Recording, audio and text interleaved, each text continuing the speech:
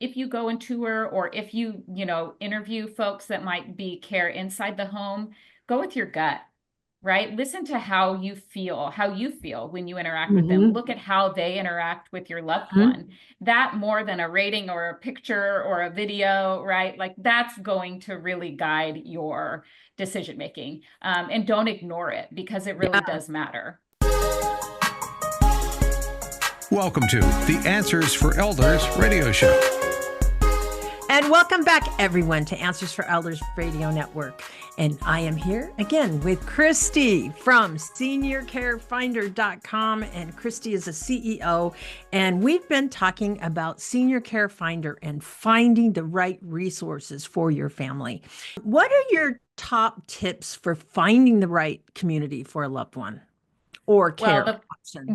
the first tip I have, I mentioned it at the beginning of the show, is to start the conversation way sooner than you think. Mm-hmm. Talk with your loved one, have that conversation before you're in a crisis, because when you're in a crisis, you have to make very quick decisions. Mm-hmm. And gosh, wouldn't it be nice if you had a little bit of information leading up to those Well, and if you're decisions? So, part of the decision as a senior, mhm. because how often you don't know. I've had families that are in a scenario where mom or dad all of a sudden had a massive stroke and they can't speak Mhm. for themselves. So Mhm. finding that information is so powerful. And getting and having those conversations up front is really important. What's tip number two? Yes. So yeah, I think in those conversations, I would layer is understanding the must-haves and the nice-to-haves. Like, what are the Mhm. things that are most important to your loved one? Right. And then using a platform like Senior Care Finder just to start to do your research. So you Mhm. can just poke around, you can do searches. You don't have to take any action. You don't have to put your contact information anywhere just to start your research and get a lay of the land. Mhm. But then if you're farther down the road, leverage our platform to really understand what questions should I ask, right? If I Right. go into tour or if I'm looking for an option at home, Right. what are all of those different options? And what do the levels of care look like? I think oftentimes, especially, in a situation where you're not living with your loved one and seeing them every single day, we oftentimes might think they need a lower level of care than they actually need. And Right. so really getting a handle on what would be the best place for them, Mhm. where they can continue to age and not have to do another move very quickly, Right. which can also And be, tremendous effort and energy. yeah, and what you're saying is so true because, dad especially will put on a brave face and not say that, he's having challenges in certain areas. And yet, if you don't know what those warning signs are as a adult child or as Mhm. even a spouse, I have Mhm. seen where a spouse can hide things from their loved one. I mean, it happens all the time. And those are Yeah. some scenarios of, okay, now how do we, especially for one spouse, needs care, the other doesn't. Well, how do you navigate that piece and still stay together? Mhm. So those are some Mhm. things, obviously, that is important. What's your tip number three? Yes, so you hit on one piece that I didn't even think to add, but most people, if you ask them now, would have the desire, not everyone, but many would have the desire to stay at home. And Mm-hmm. so really starting to think about what would that option look like Mm-hmm. versus what would a community solution look like.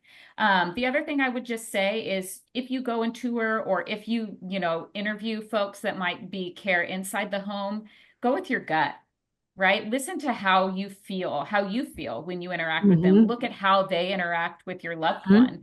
That more than a rating or a picture or a video, right? Like that's going to really guide your decision making. And don't ignore it because it really Yeah. does matter.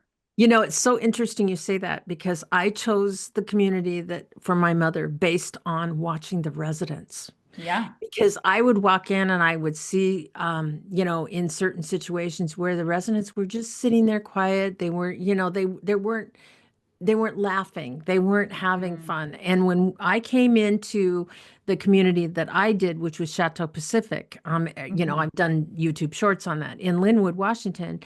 It was like everybody was laughing. They were standing Yeah. up waiting to go to lunch. It was about that time. They were having a good time. And somebody yelled across the lobby, "Hey, Joe, look at this." And it was just so fun. And I thought, you know what? Mom would be happy here. People Mhm. are happy. They're having fun. And, that's rang true. She Yeah. was happy there. So the thing is you are absolutely right. Pay attention to the environment and how, Mhm. how free are the residents to be themselves and be authentic and have fun and interact.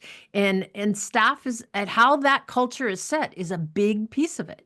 Yes. How you feel when you walk through that door or interact with Mhm. anyone really matters. And so Yeah. listen to your gut and, pay attention to your loved one and how they're feeling and what their experience is. Because like you Mhm. mentioned earlier, Suzanne, their experience is probably different than yours. You're looking for different things. Absolutely. Absolutely. And again, you can go to seniorcarefinder.com, put in your zip code.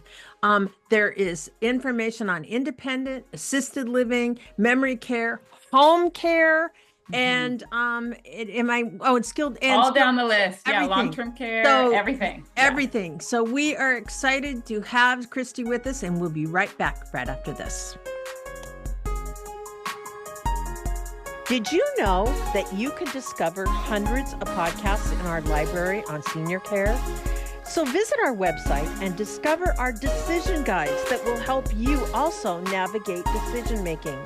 Find us at answersforelders.com.